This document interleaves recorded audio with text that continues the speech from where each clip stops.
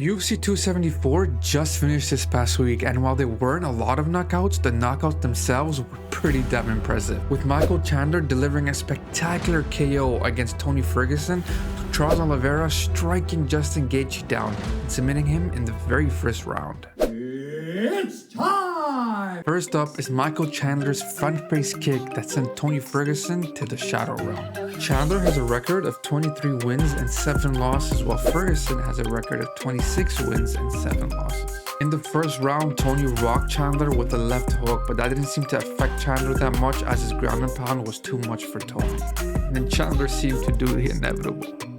The dude knocked out Ferguson out cold with one of the greatest front kicks to the face that the UFC has ever seen.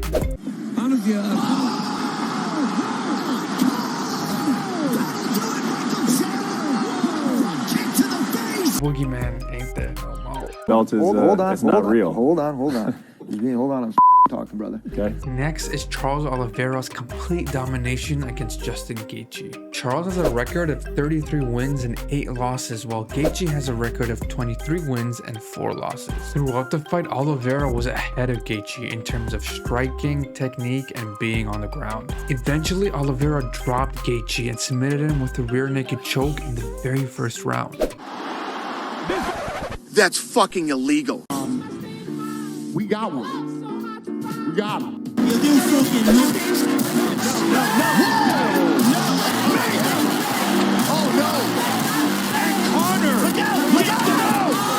Damn. Lastly, a KO not to be missed is Andrew Fialho's devastating left hook against Carmen Van Camp. Andre has a record of 15 wins and 4 losses, while Carmen has a record of 15 wins and 6 losses. Earlier in the fight, Andre ate some solid shots from Carmen, who kept on pressing on with his strikes. Eventually, Andre landed a clean left hook that sent Van Camp right to the canvas. Very aggressive here.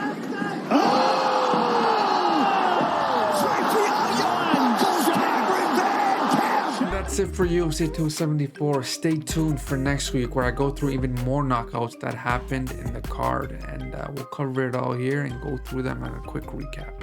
Hold up. Wait a minute. This isn't the only time Andre landed a knockout that completely rendered his opponents immobile. This dude's an absolute savage. And that's why you shouldn't ignore this next video, where I go through a knockout that's even more greater and consequential.